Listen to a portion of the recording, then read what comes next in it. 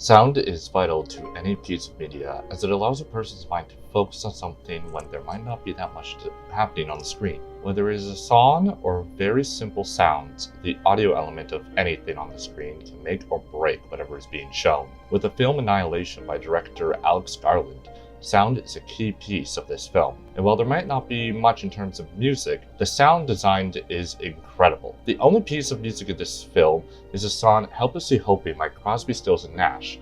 All other music in this film is strange alien-sounding noises that merge and twist into what we would consider a harmony. This decision is very smart, as the whole film is about exploring this strange foreign place that has landed on Earth. This also means that the movie does not have to keep referencing certain themes like you would see in a normal film. In many films, each character is given their own theme, so that the audience has something to reference with the character even when they are not on screen. By disconnecting themselves from this norm, the film can play with science far more than normal film. This allows for sudden jump scares in the film to feel more natural and less cheesy than some films that rely far too much on it. There is one scene I want to go over, and that is the ending. After Natalie Portman's team have all been killed, she is finally able to reach the lighthouse and come face to face with this thing that has thrown such a curveball in her life. This alien material absorbs some of her blood and creates a humanoid-looking creature that begins to mimic her movements. While all this is happening, the sound of a synth and something I can only describe as distorted helicopter blades slowly turning.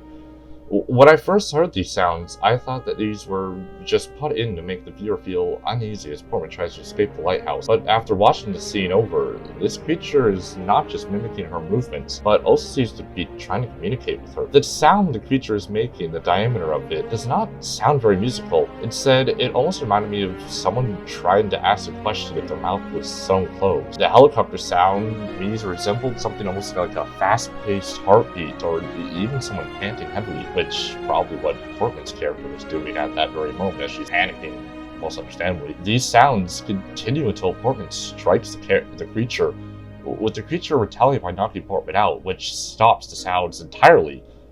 As the scene continues, the sound of the creature kicks in, emulating what I perceive to be a computer processing data almost. Eventually, the creature has fully taken on Portman's form, the sound changing to a more recognizable human choir, showing that the creature has fully copied Portman's likeness and personality just as it did with her husband.